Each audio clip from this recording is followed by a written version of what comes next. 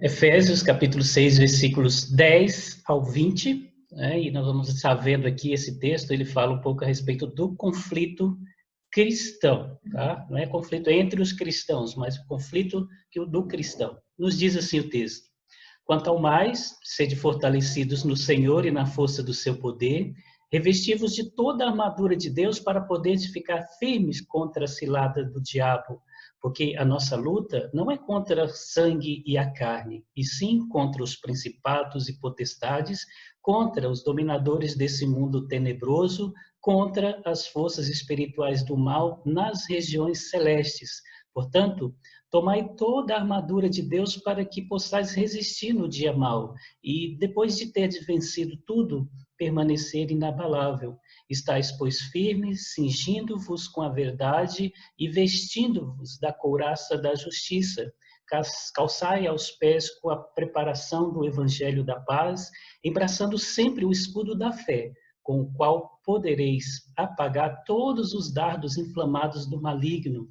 Tomai também o capacete da salvação e a espada do Espírito, que é a palavra de Deus, com toda oração e súplica, orando em todo o tempo no Espírito, e para isso, vigiando com toda perseverança e súplica por todos os santos, e também por mim, para que me seja dada, no abrir da minha boca, a palavra para com intrepidez fazer conhecido o mistério do Evangelho, pelo qual sou embaixador em cadeias, para que em Cristo eu seja ousado para falar como me compraz fazer.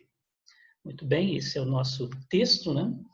E ele fala, como eu disse, a respeito do conflito cristão, e aqui a gente vê várias lições, né? Então vamos lá. Bom, tendo já falado, né, da grandeza do propósito de Deus em Cristo, nós vimos lá desde o começo, o primeiro capítulo, ele vai revelar essas questões, né, da glória, da sua alta vocação, ou seja, aqueles que foram chamados em Cristo, fez uma vocação chamando judeus e gentios para se tornar um. Né?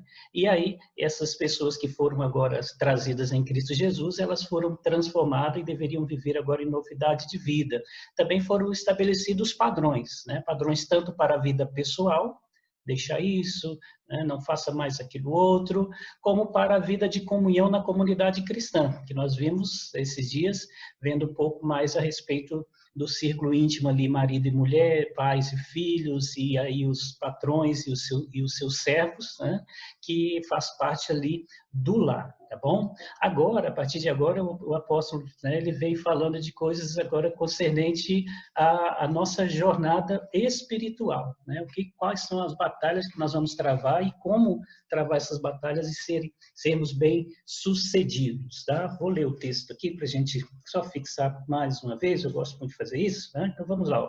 Quanto ao mais, sede fortalecidos no Senhor e na força do seu poder. Depois de falar de todas aquelas coisas, agora ele diz, bom, diante de tudo isso que foi dito, não menos importante, sede fortalecidos no Senhor. Tá? Então, esse quanto ao mais, ele quer lembrar os seus leitores que essa vida, né, não pode ser alcançada sem uma batalha espiritual. A vida que Deus preparou para nós e que nós vamos viver, desenvolver dentro de tudo aquilo que já foi falado aqui, ela é muito intensa e ela precisa, de fato, assim, que a gente esteja preparado, né, para poder vivê-la intensamente.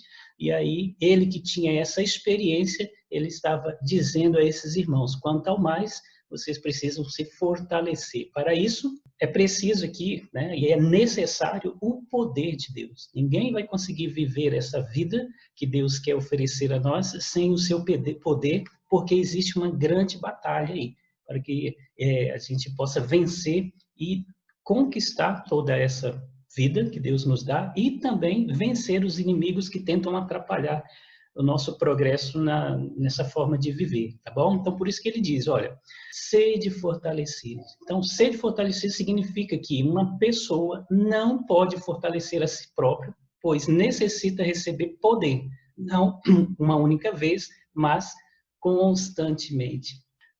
É preciso buscar o Senhor para que nós possamos ser pessoas fortes, tá? Então, assim, não tem como nós nos autofortalecermos E não tem como, né, nós sermos vitoriosos se o Senhor não nos ajudar. Então, sede fortalecidos no Senhor. E no Senhor, e é interessante aqui, né, que fora dele o cristão nada pode fazer. Lembra em João, capítulo 15, versículo de 1 a 5, de Jesus dizer que ele é a videira, nós somos os ramos e que sem ele nós não podemos fazer nada? É isso mesmo. Nós somos agora parte do corpo, cuja cabeça é Cristo, e sem ele nós não conseguimos fazer nada. O corpo não consegue se mover, tá bom? Mas toda a força do seu poder está à nossa disposição. Sem ele nós não podemos fazer nada, mas com ele está à nossa disposição todo o poder, tudo aquilo que a gente precisa para desenvolver muito bem, tá bom? E aí o Paulo ele dá ênfase aqui no poder prevalecente e triunfante de Deus. Deus é um Deus que é vitorioso, e esse poder que ele tem, ele oferece a nós para que então nós também, na nossa caminhada, possamos ser vitoriosos, tá bom? E aí vem o versículo de número 11. Revestivos de toda a armadura de Deus, para poderes ficar firmes contra as ciladas do diabo. Então, é preciso fortalecer no Senhor? Sim, é preciso fortalecer no poder dele, mas é preciso também resistir, estar resistindo aí aquilo que o diabo coloca contra. E para isso, é preciso, né, fazer isso com toda a armadura de Deus. Esse fortalecimento se faz necessário para que o conflito, que é violento, possa ser superado.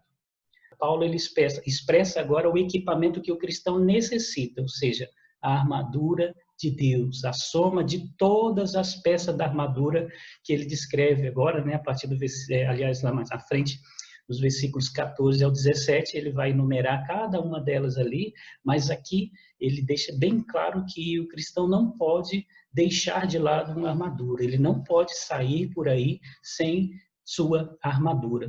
A armadura de Deus tanto pode significar a armadura que ele mesmo usa, quanto a que ele nos oferece. Né? E nós podemos ver isso muito no exemplo de Jesus, que ele, o Pai, era um, e ele mesmo usou todas essas ferramentas, né, que nós podemos dizer assim, e por isso ele foi bem sucedido. Então, essa armadura é a armadura de Deus, né? Tanto que ele tem, quanto que ele disponibiliza para aqueles que são os seus filhos.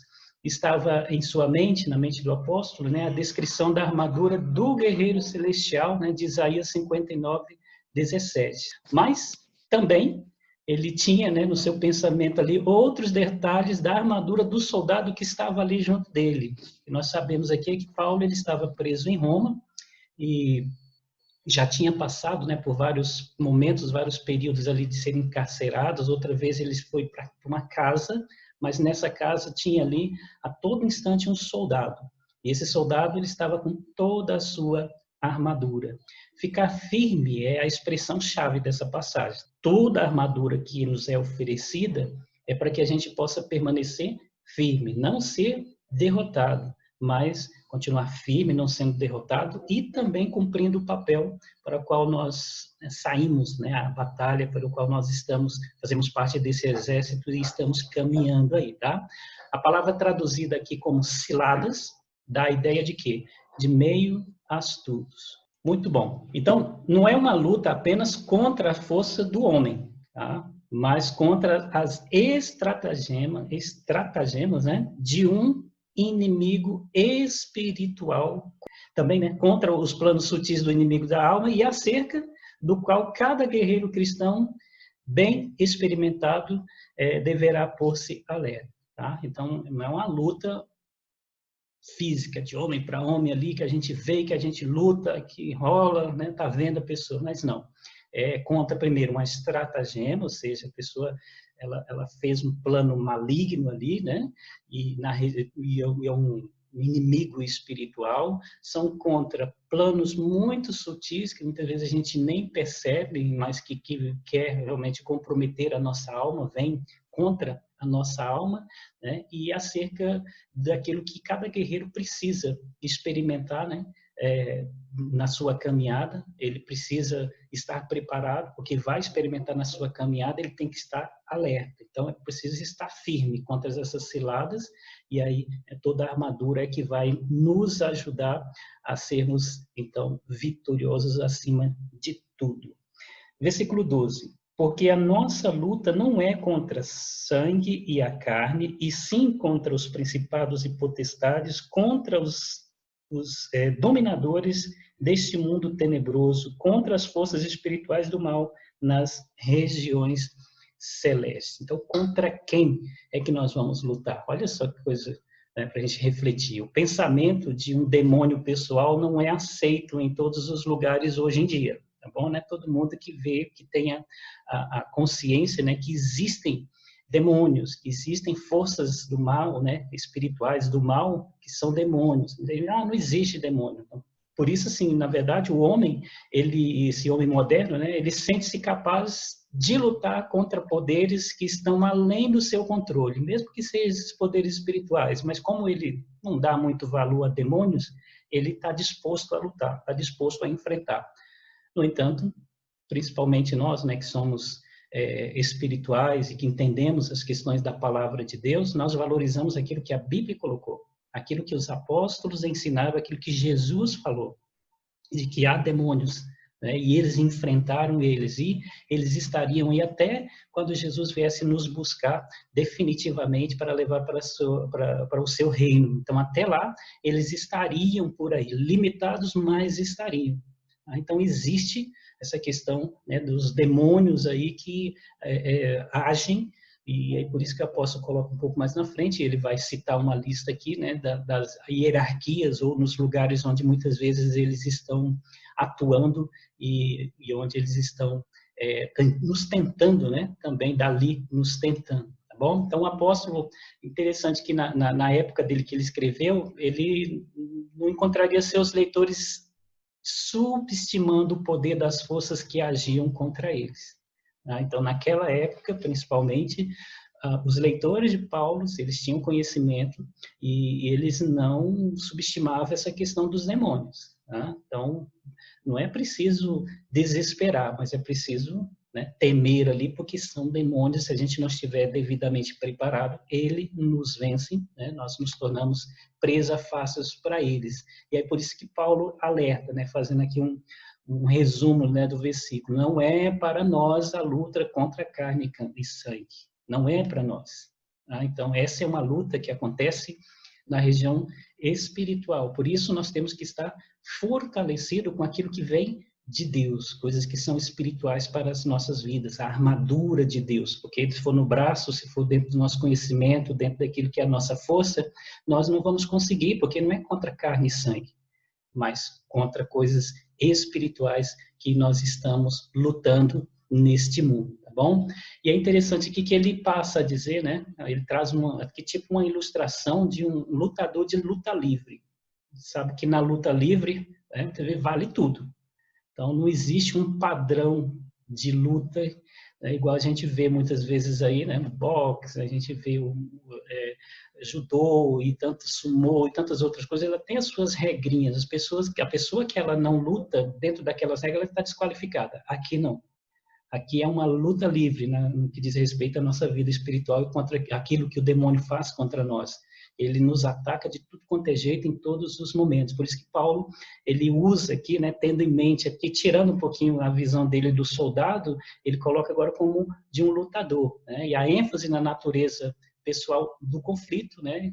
Ou seja, é individual, é eu contra ele, então é luta livre, né? E que o demônio ele quer realmente atacar uma pessoa, uma por uma, então é uma luta quase que individual. Lembrar que tanto o engano quanto a força bruta devem ser enfrentados.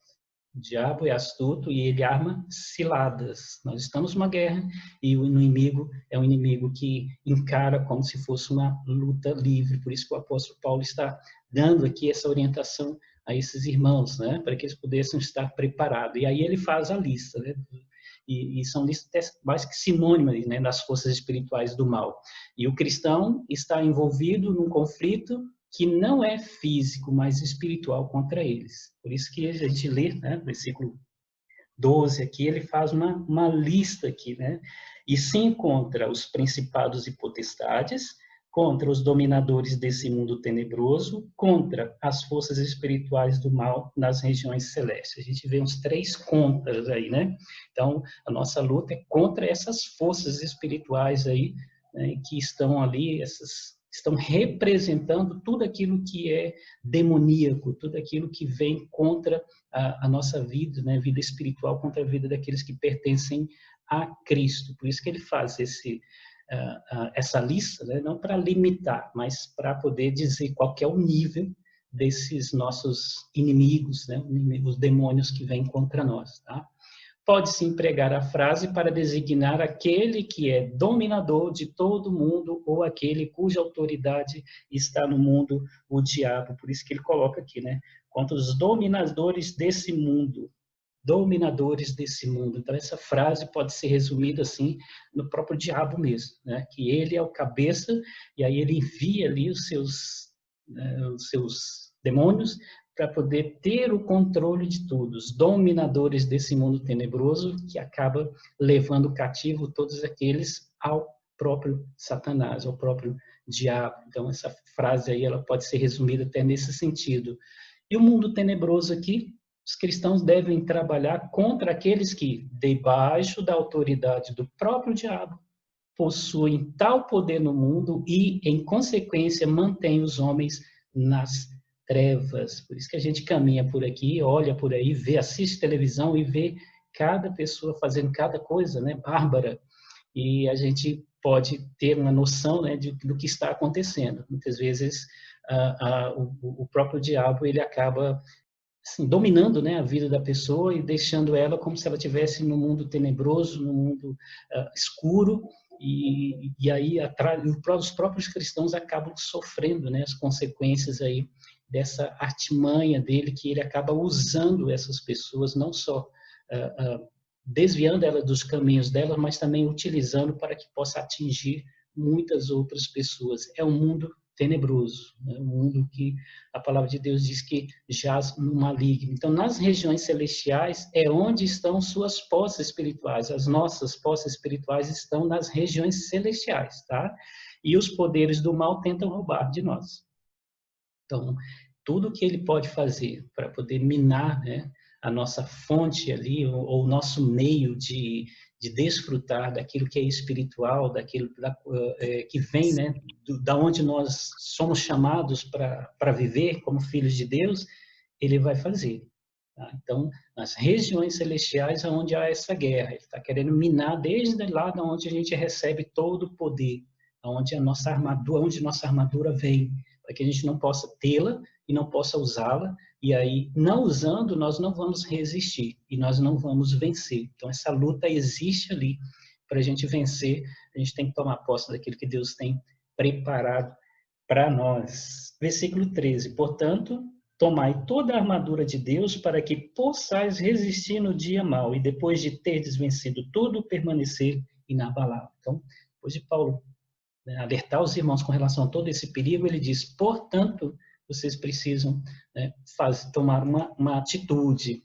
Portanto, quando compreenderem o horror, né, o horrível poder e a procedência dos nossos inimigos espirituais, devem tomar toda a armadura de Deus. Então, até que a pessoa caia em si e veja que, de fato, são demônios e que agem, né, nas esferas espirituais, enquanto ele não tiver essa consciência, ele não vai correr atrás para poder tomar posse dessas armadura que vem de próprio Deus. Né? E aí nós vamos ver a enumeração delas aqui, mas, portanto, tomai toda a armadura de Deus. Diante de tudo isso que vocês acabam de ouvir e ser alertados, corram, se abracem, né? E façam aí alguém que age, né, segundo o querer de Deus, usando essa própria armadura dele. Então, a rejeição disso implica em grande perigo, ou seja, se eu rejeitar tudo aquilo que está descrito como uma armadura para o cristão e que vem de Deus, nós corremos grande perigo. Né? Por isso aí que o apóstolo Paulo ele enfatiza muito aos irmãos para que possam tomar toda a armadura de Deus. O grande objetivo dos guerreiros cristãos é serem capazes de ficar firme. Somos guerreiros de Deus, junto com Cristo. Nosso general, que é Cristo, vai à frente, a gente vai junto com ele, e precisamos resistir nessa caminhada, ficando firme nessa caminhada. Por quê? Se a gente não permanecer firme, a gente não vai resistir, né, a tudo aquilo que o inimigo vai vai lançar contra nós. Então, possais resistir dá a ideia de uma firme, né, resistência e uma forte oposição. Então, como soldados de Cristo, nós não ficamos apenas na defensiva para que o diabo não venha e tal. Não, nós estamos na defensiva, mas na ofensiva ao mesmo tempo. Tá? Então, as portas do inferno não vão prevalecer contra aqueles que marcharem para cima dela. Então, claro que, como no ataque, você vai vendo, né, se tem inimigo, se defendendo, mas caminhando. Então, para que você possa, então, resistir, permanecer firme nesse propósito e resistir todas as armadilhas e tudo aquilo que vem para tentar destruir ou fazer você desistir, é preciso, então, permanecer firme com essa armadura que ela vai te dá, né, essa condição de permanecer assim. E aí ele diz, né, antes que venha o dia mau.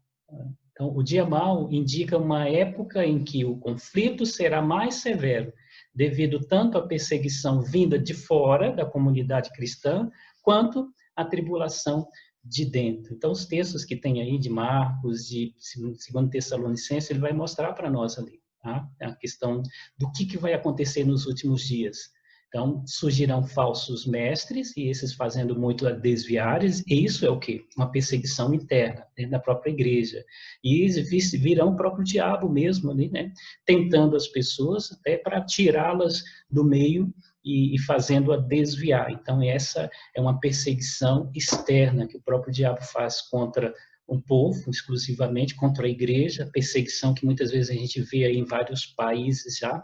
Então, isso são coisas que vão acontecer e que já estão acontecendo nos nossos dias, mas diz que vai se intensificar cada vez mais. Então, para a gente chegar nesses dias, do dia mau, e resistir, então é preciso estar com a armadura de Deus, né, nessa luta que nós estamos travando a partir do momento que nós fazemos parte desse grande exército, desse povo de Deus. Então, o final de tudo, né, a gente permanecer inabalável. Né? Paulo ele podia antever, né, a possibilidade de uma pessoa fazer grandes coisas, mesmo as obras de um apóstolo, e ainda assim ser desqualificado no final. Então, para não ser desqualificado, é preciso estar revestido com tudo aquilo que é a armadura que vem do próprio Deus. Tá? Então, aí sim é que vai poder permanecer inabalável, mesmo, né, depois da vitória, depois de acabar tudo ali, toda a batalha,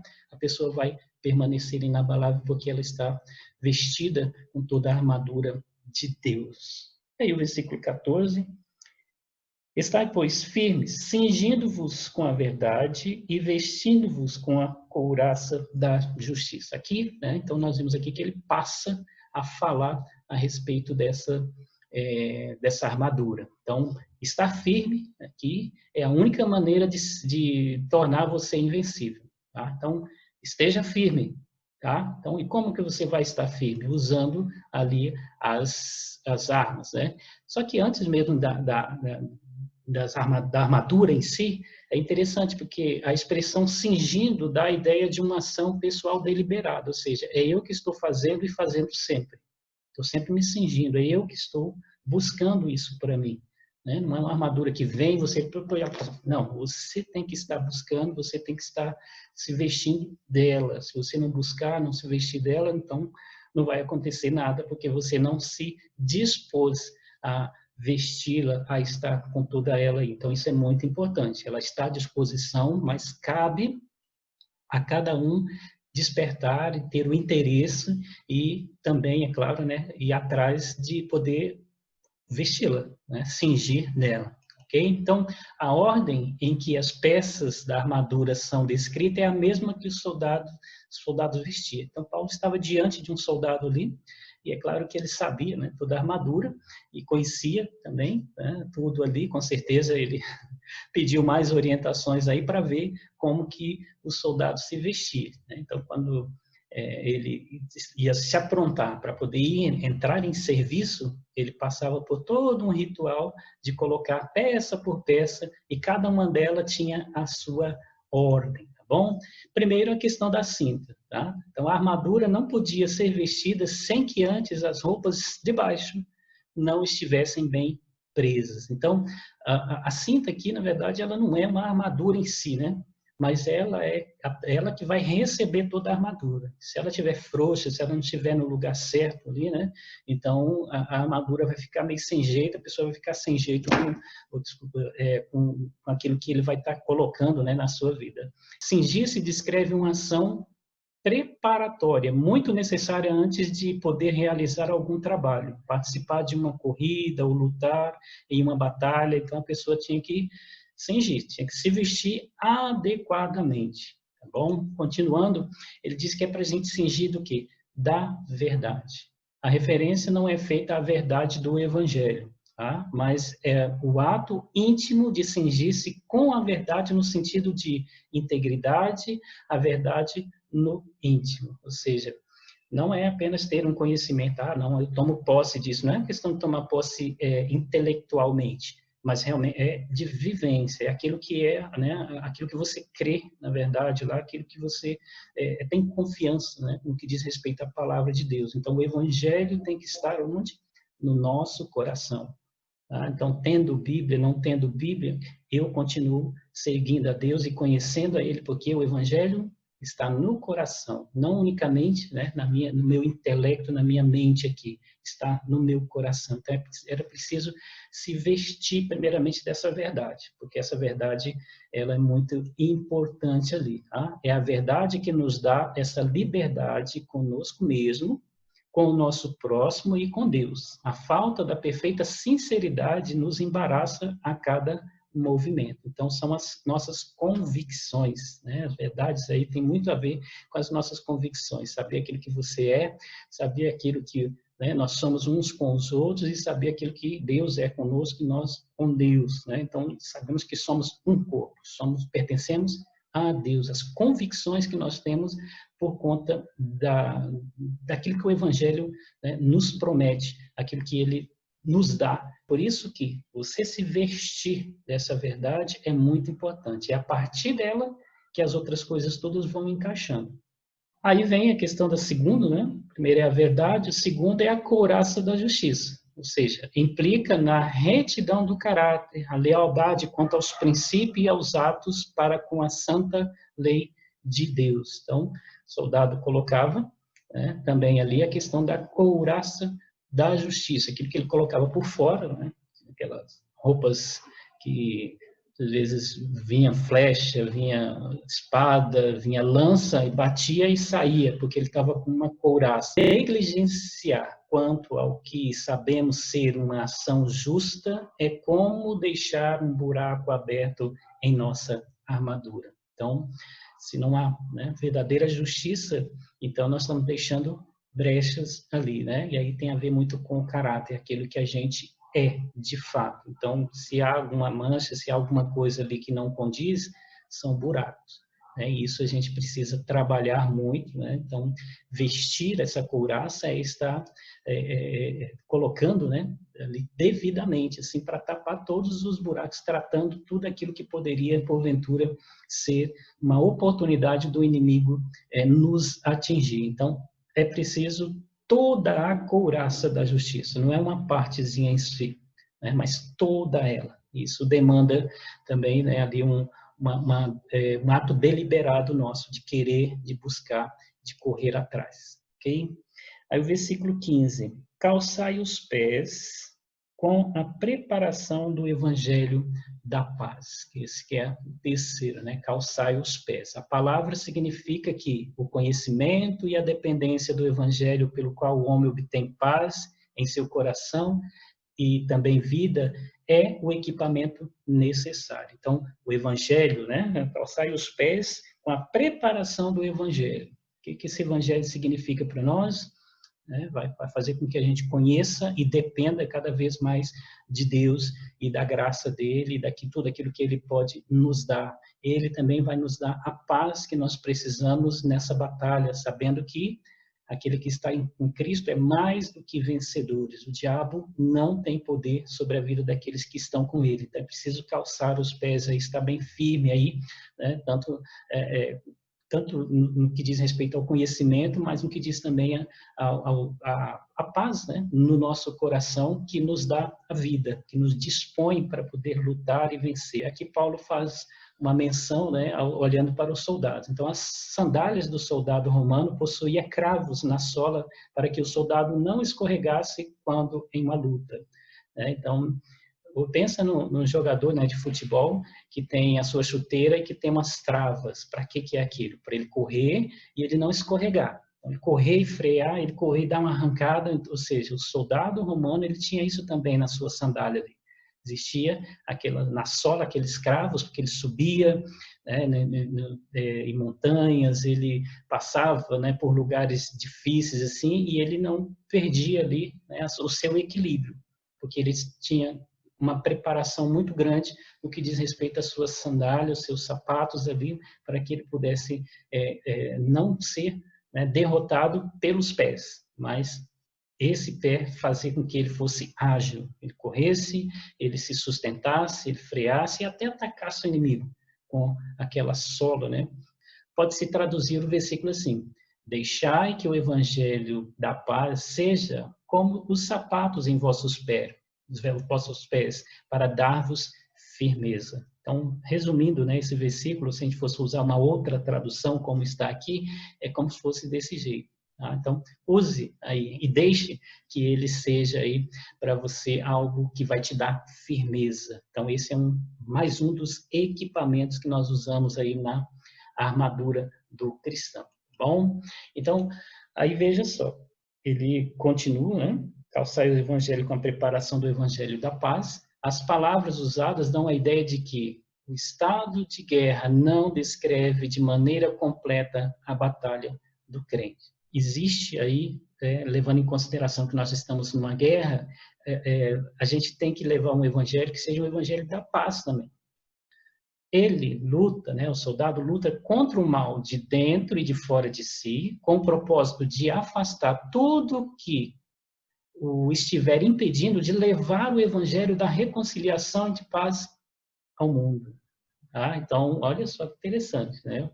Esse evangelho da paz, a gente tem que estar calçado com ele, porque além dele nos dar firmeza, de fazer a gente lutar bem, ele vai nos ajudar a ir e chegar aonde nós temos que chegar e levar o que nós temos que levar, que é o evangelho da paz. Então, a caminhada do cristão e toda essa armadura do cristão não é só para ele se defender tudo e chegar no final ali ele tá livre, não ter morrido. Não. Ele precisa resistir, ele precisa estar firme, mas ele precisa cumprir a sua missão também. Estamos indo, mas estamos nos defendendo, mas fazendo algo, anunciando o evangelho da paz. E se esse evangelho da paz não estiver em nosso coração, quando vier as dificuldades, vai aparecer o rancor, e aí a gente só vai reclamar, que a gente vai lamuriar, e que vai reclamar onde que está Deus, tal, e vamos esquecer da nossa missão, que nós estamos ali enfrentando o inimigo, e muitas vezes até sendo abalado por ele, mas a gente precisa completar a missão, que não é só se defender, é levar algo e trazer libertação para aqueles que estão no mundo, levar a paz ao mundo ali também, ok?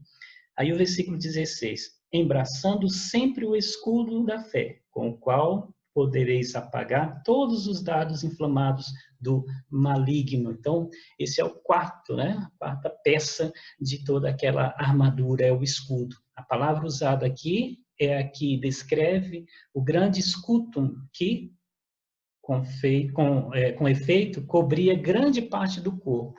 É o escudo da fé. O que é que nos protege? A nossa fé.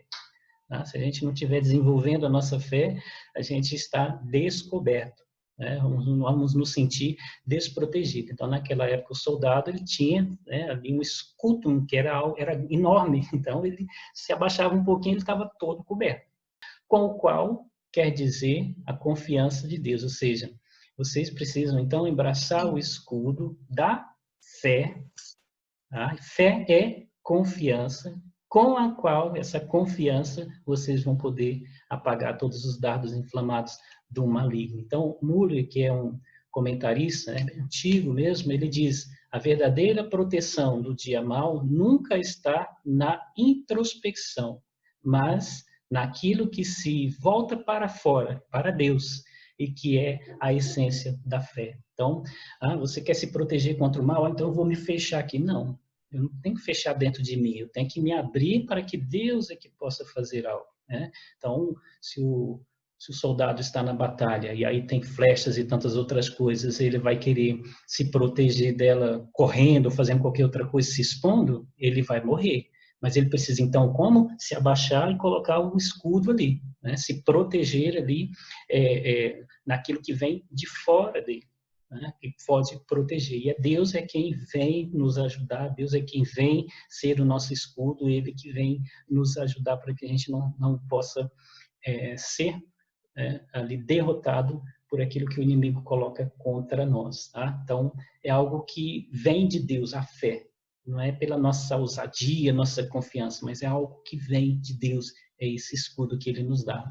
Dardos inflamados, né? Olha só, os dardos frequentemente eram feitos com estopa embebida em substância combustível e então acesos, de modo que os escudos de madeira necessitavam de uma cobertura de couro a fim de extinguir o fogo rapidamente. E aí ele coloca, né, o apóstolo Paulo, ele coloca a respeito dos dardos inflamados do maligno. Tá? Então, olha só, as ciladas do diabo que ele diz aqui para nós, no versículo 16, embraçando sempre o escudo da paz, com o qual podeis apagar todos os dardos inflamados do maligno, tá? Então, os dardos inflamados são a mesma coisa que as ciladas que eles lançam contra, né, os filhos de Deus. Então, as ciladas do diabo incluem o quê? Os dardos inflamados dele, né, e tantas outras coisas, mas esses dardos inflamados têm a ver também com a língua dos homens, que agem como flechas, né? Então, agudas como flechas, nos atinge certeiramente, que deixa a gente lá no chão. As setas da impureza, né, aquilo que o diabo vai colocando e vai nos tentando, né, para que a gente possa reagir ou agir, né, com relação a ela, coisas que nós já vimos atrás aí, que o apóstolo Paulo já alertou aqueles irmãos, deixar tudo aquilo. O egoísmo, que tem a ver também, né, dentro dos relacionamentos, assim, coisas de pessoa para com pessoa, dúvida, medo, desapontamento, que são planejados pelo inimigo com o intuito de queimar e destruir. Então ele fica lançando, ele vai lançando, ele não está nem aí. Ele tem muita munição, ele só vai lançando, né, as cegas. E se a gente estiver despreparado, ele vai entrar. E aí, se ele entrar, se ele nos pegar, né, ele vai nos derrubar, porque ele vai nos atingir ali, nós seremos contaminados com esse dardo, com essa seta que ele mandou, e que é a estratégia dele, essa flecha que é inflamada ali, tá? Então, para a gente estar firme contra ela, nós temos que estar embraçando o quê? O escudo. O escudo da fé é que vai fazer com que a gente não caia, a gente não seja derrotado e contaminado. O apóstolo sabia que somente a dependência de fé em Deus podia debelar e anular o efeito de tais armas, sempre que fossem atiradas no cristão. Tá? Então, sempre que alguma coisa vem contra você e você resiste por causa da fé que opera em nós. A fé em Deus que opera em nós. Porque por nós mesmos, nós revidamos, né? Ou nós caímos, nós nos entregamos. Mas só somos vitoriosos, como o próprio Agostinho, né, e Lutero mesmo descobriram, que é pela fé. O justo viverá por fé, ou seja, a ação de Deus na nossa vida, fazendo com que nós sejamos pessoas confiantes. Em quem? Nele, naquele que age em nós e por nós. É assim que nós vamos ser vencedores. Então, aí vem o versículo 17. Tomai também o capacete da salvação e a espada do Espírito, que é a palavra de Deus. Então, nós vimos aqui mais outra armadura. Quinta armadura é o quê? O capacete da salvação. Refere-se à salvação como um dom de Deus. Então, a partir do momento que nós inculcamos na nossa cabeça, e é Deus em que faz isso, que nós somos salvos pela graça, né? mediante a fé, e isso é algo que vem de Deus, e que o inimigo não nos toca mais, não tem como nós perdermos essa salvação uma vez que Cristo nos salvou, pronto, nós estamos protegidos. Esse é o capacete da salvação. Aconteça o que acontecer, se eu estou em Cristo, eu tenho a garantia, né, de estar na presença dele, eu sou salvo por ele. Então, essa, né, convicção é preciso, o cristão precisa levar, porque senão o inimigo ele vai colocar dúvida na sua cabeça e você vai desistir. Implica que a salvação é uma provisão para o homem que pode ser recebido de uma forma tão definida quanto qualquer outra parte da armadura cristã que é essencial à sua segurança na luta. Tá? Então, não é uma coisa assim, será? Ah, mas e aí? Não, é algo definido. Deus falou, hoje, né? Hoje, você crê em Cristo Jesus, então hoje você é salvo. Então, aquele que crê no Senhor Jesus Cristo, pela fé que o próprio Deus dá para nós crermos, então esse pode ter a sua convicção ali que é de Deus. E o inimigo não pode, de forma alguma, né, convencer você do contrário, uma vez que você tem na sua mente que a graça, né, que te alcançou e que te deu vida. Tá? Isso é muito bem definido na vida e no coração daqueles que têm um encontro real com Cristo. Sem aquela esperança fortalecida, sem o livramento presente e a confiança do resgate do cativeiro passado, o cristão pode ser facilmente ferido mortalmente no conflito. Ok? Vamos lá. E ele fala ainda nesse versículo sobre o sexto, né? Sexta parte dessa armadura, que é a espada do Espírito. A palavra de Deus também é conhecida, comparada, aliás, a uma espada, né? Uma espada de dois gumes, né? Que pode ser usada por seus mensageiros, né? na vida de outros. Mas aqui a ideia é de que a palavra de Deus é uma arma defensiva para a pessoa que a maneja. Tá? Então, mesmo que a palavra de Deus ela mostra para nós como uma espada, né, de dois gumes, tal, que a gente pode manusear, tal, mas aqui ela tem um efeito, né, diferente aqui nesse que diz respeito à armadura. É a espada do Espírito. Por quê? Porque é dada pelo Espírito e à medida que ele opera no crente, coloca a palavra ao seu alcance e o habilita a usá-la. Tá? Então, a gente lembra que a palavra, a Bíblia Sagrada, ela é importante para nós. É uma arma que vai nos defender muito. Se a gente conhece a palavra, domina bem essa palavra, então nós vamos realmente assim, ser usados pelo Espírito para, no momento adequado, tanto atacar quanto se defender, quanto cumprir também, né, a missão que ele nos deu de anunciar a paz àqueles que estão no mundo. Olha só, o uso do texto nas Escrituras pelo Senhor Jesus, quando a gente vê lá na tentação, em Mateus 4, de 1 a 10, que o diabo estava com ele e tal, ele respondeu, não está escrito, não, mas está escrito também. Tá? Então, é ilustração e incentivo para que o cristão fortaleça a si mesmo e, com convicção e poder semelhantes, seja capaz de se defender das investidas do inimigo por intermédio dela. Se você não conhece a palavra de Deus, fica muito difícil você se defender contra alguém ou contra o próprio diabo que vai fazer perguntas, vai te encurralar, vai colocar dúvidas na sua mente. Então, por isso que meditar na palavra de Deus, estudar a palavra de Deus é fundamental. E você tem que ser diligente no que diz respeito a estar vestindo, tá? Essa parte da armadura, não deixá-la de lado. Ela compõe toda a armadura do cristão. Então, a espada, que é a palavra de Deus, ela tem que estar sempre nas nossas mãos, no sentido de a gente estar sempre pronto para utilizá-la. Tem que dominar bem para que a gente possa ser alguém eficaz diante de uma tentação. Tá? Então, o exemplo de Jesus mostra isso, que todas as questões que o diabo colocou, ele defendeu respondendo a própria Escritura. Então, vamos lá, versículo 18. Com toda oração e súplica, orando em todo o tempo no Espírito, e para isso vigiando com toda perseverança e súplica por todos os santos. Então, a oração ela não pode ser bem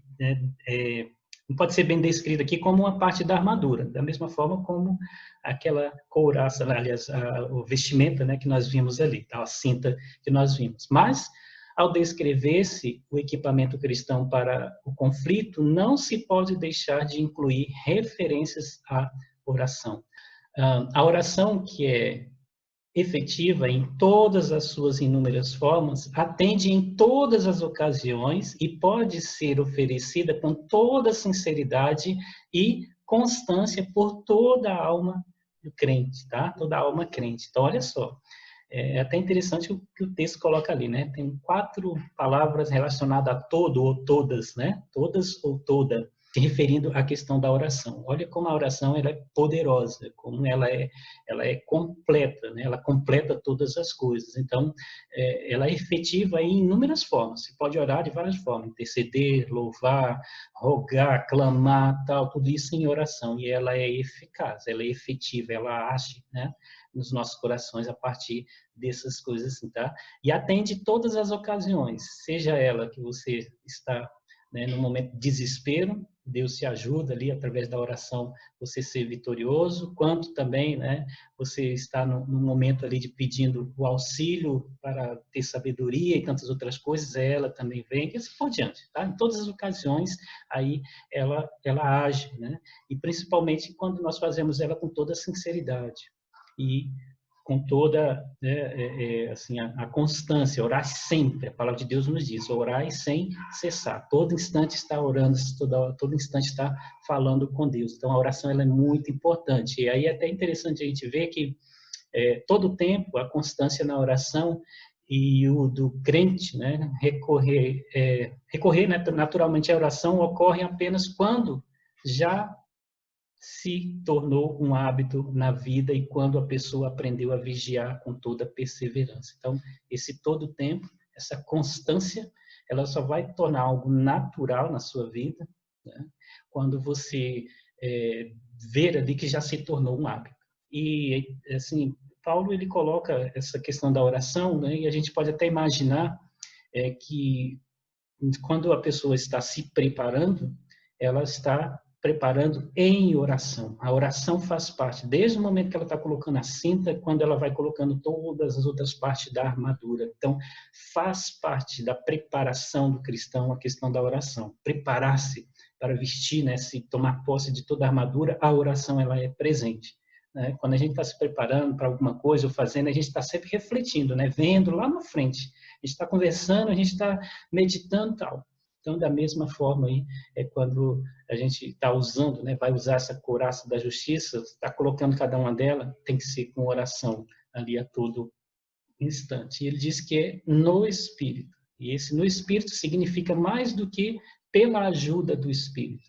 Tá? Então, não é só, eu estou orando aqui no Espírito, tal, pedindo a ajuda dele, não é isso. À medida que vive, né, cada um de nós vive no Espírito, a gente recebe graça para vigiar, bem como poder para continuar em oração. Tá? Então, se a gente não orar no Espírito, a gente não vai estar vigiando, porque você vai estar pensando em outras coisas, você vai estar se distraindo e você não vai estar vigiando. Mas a partir do momento, né, que você está colocando cada uma daquelas peças, né, da armadura e vigiando, orando no Espírito, você está vigiando, você está concentrado, e aí você vai conseguir realmente realizar tudo aquilo que você pretende, porque está fazendo tudo isso no Espírito, mergulhado no Espírito, não está distraído.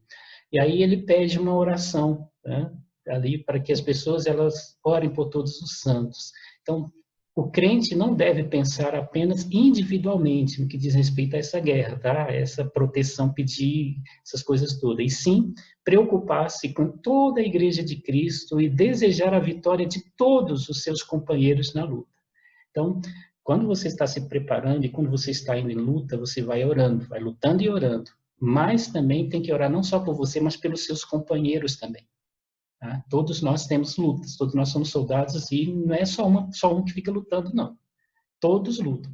Então eu tenho que preocupar comigo, orar pedindo por mim e também orar pedindo por aqueles que estão ao meu lado também, né? Cada um que é companheiro ali nessa luta. Aqueles que são chamados a resistir ao diabo são lembrados de que sofrimentos iguais aos vossos estão se cumprindo na vossa irmandade espalhada por todo o mundo. Esse é um texto bíblico, né, que mostra para nós aí que o que realmente acontece. Se nós somos chamados para sofrer, ele não fala, só eu, não é só você, não. todos aqueles que foram chamados em Cristo sofrem da mesma forma aí, as artimanhas do diabo aí, e a gente precisa interceder não só por nós que estamos ali achando que a gente está em batalha e os outros não estão, mas sim com todos, porque todos estão em batalha, por isso precisam também da oração e da súplica ali a todo instante. E aí ele vai colocando, e também por mim, para que me seja dado no abrir da minha boca a palavra para com intrepidez fazer conhecido o mistério do Evangelho. Pediu para os outros, né, que está na batalha lá, mas pediu para ele também. Né? A essa altura, como Paulo havia pedido oração pelos outros, não pode deixar de pedir súplicas sinceras por ele próprio, consciente da sua posição na frente de batalha. Mesmo ele estando preso ali, né, ele estava em batalha. Então, por quê? Porque a batalha ali não é contra carne ou sangue, mas contra os principados e os dominadores desse mundo tenebroso. E ele tinha essa consciência, que ele estava ali, mas estava ali lutando junto com os irmãos. Essa carta que ele mandou ali, e é o incentivo que ele dá, tal, ele está lutando junto com esses irmãos. Então, não só aqueles que estão ali fora, ali, que estão no campo de batalha ali, mas ele também estava ali no campo de batalha e ele tinha consciência, né, do tamanho da batalha dele. Quantas coisas ele tinha que vencer ali no lugar onde ele estava ali, as pessoas que queriam persegui-lo, queriam vê-lo morto e queriam desacreditá-lo e tantas outras coisas, e ele tinha que permanecer firme ali naquela luta, e ele pede oração por ele. Seu maior desejo ali não era que orassem tanto por sua libertação, mas que intercedessem pelo grande ministério da palavra que ainda lhe cabia. Ele não queria ser livre, né? Ora para o Paulo, para ele sair da prisão. Ele já estava consciente do fim dele. Mas ele estava pedindo aqui para que os irmãos pudessem orar, para que ele pudesse completar o ministério que Deus tinha dado para ele, que era o ministério da palavra. Tanto é que ele estava até escrevendo para esses irmãos, escreveu várias outras cartas, né? Ele foi muito influente quando estava ali na prisão, produziu muito, então, mas ele precisava de oração, para que ele pudesse desenvolver esse ministério, porque ali era o campo de batalha dele, ali é onde o inimigo, né, estava ali tentando também atingi-lo, e é ali que ele estava vestindo, né, toda a armadura de Deus também, para enfrentar o inimigo ali, dentro daquela cadeia, dentro daquela prisão. Para essa tarefa, ele precisava de duas coisas, para desenvolver, né, esse ministério da palavra: sabedoria e coragem. Tá? Ele tinha que exortar as pessoas, mas ele tinha que falar com mansidão também, ele tinha que ensinar todas as coisas, então ele precisava de sabedoria e até falar com as pessoas que estavam ao seu redor. O abrir da boca é uma expressão usada apenas onde algum assunto grave está em questão. Grave ou importante, né? A pessoa ela tem que se manifestar e ela tem que ser certeira no que ela falar, porque tudo aquilo vai causar, né, um impacto enorme, tanto positivo quanto negativo. No caso dele ali, se o assunto fosse grave, poderia trazer um prejuízo, né, se ele errasse ali na palavra dele, se ele no abrir da boca dele ele não tivesse sabedoria, então ia trazer um prejuízo. Da mesma forma, se ele tivesse que exortar também, ao abrir a boca dele, ele tinha que ter coragem para falar aquilo que precisava ser dito. Paulo sempre reconhece sua responsabilidade por lhe ter sido, né, confiado o evangelho da salvação eterna dos homens. Assim, reconhece que necessita receber constantemente poder para proclamá-lo com intrepidez, sem de forma alguma abandonar ou diminuir o desígnio de Deus. Então, ele tinha consciência daquilo que era o papel dele, foi chamado para levar o evangelho aos gentios, então ele tinha consciência do que tinha que fazer e ele tinha que se esforçar e com muita intrepidez, né, para cumprir o propósito de Deus. Da mesma forma que os primeiros apóstolos oravam, não por seu próprio sucesso, nem por ficar livre do perigo de sofrimento, mas por lhe ser dado intrepidez na proclamação do evangelho que Deus lhe fora confiado. Tá? Então, do mesmo jeito que os outros apóstolos, Paulo também ele pede da mesma forma, que estejam orando por ele, né? Para que ele possa ter intrepidez no falar. Por fim, último versículo, né? Ele fala para nós aqui: pelo qual sou embaixador em cadeias, para que em Cristo eu seja usado para falar como me cumpre fazer. Até esse ponto o apóstolo pouco disse acerca de si mesmo, né? Então, exceto para lembrar aos seus leitores que, dali, da sua prisão, mesmo confinado, continuava exercendo e suplicando e orando, né? Exortando, suplicando e orando. Ele foi então, ele se identificou, né? Se identificou como um embaixador, um representante de Deus, para poder trazer essa palavra, né? De exortação e orar e suplicar pelos irmãos, né? Dando ânimo a esses irmãos. Então ele pede a oração para ele lá, porque ele era um embaixador ali e precisava continuar, né, desenvolvendo esse seu papel, o papel de embaixador, de um representante da palavra de Deus, do reino de Deus, aonde Deus o colocara. Agora, a fim de que pudesse orar por ele, objetivamente lembra-os mais especificamente da sua condição. Qual que era a condição dele? Preso, né? Agora ele era um preso, pelo qual sou embaixador em cadeias. Um embaixador em cadeias, né? Aquele que está, né, ali numa embaixada, representando ali um reino, não. A embaixada deles era, de fato, uma cadeia. Ele é um embaixador em cadeias. Ele era o portador da palavra do seu real Senhor, e devido ao modo por que havia representado o seu Senhor, é que ele estava em cadeias. Então, ele representava o seu Senhor, como ele representou devidamente, né, libertando pessoas, anunciando o evangelho da paz, ele foi levado, né, cativo, e por isso ele estava ali, porque ele estava representando o seu Senhor. E ele fala sobre sua prisão de forma a inspirá-los e a encorajá-los, fazendo-os compreender que recebeu alegremente a graça para suportar a prisão, mas, acima de tudo, quer que orem por ele. Então, ele não estava ali querendo se fazer de vítima, coitado de mim, não. Ele estava falando, estou em prisão. Então, como se ele tivesse aceitado aquilo como parte da sua missão. Sou o embaixador e estou em prisão. Então, ore por mim, para que eu possa cumprir o meu papel aqui também, onde Deus me colocou. A prisão traz sempre consigo a tentação que lhe é própria e essencial de levar o homem a ceder ou dobrar-se de medo perante outro homem. Então, se ele está preso, ele está acuado, né? Ele está ali ao ponto de fazer qualquer coisa para poder ser livre, né? Ou você nega ou você morre, né? Então existia ali, de fato, uma grande tensão ali, e que podia trazer um medo a ele. E ele pede oração para que ele pudesse permanecer firme no propósito, mesmo preso ali, mas ser embaixador de Cristo. E tem uma responsabilidade que é também um privilégio, os quais continuariam, né, seus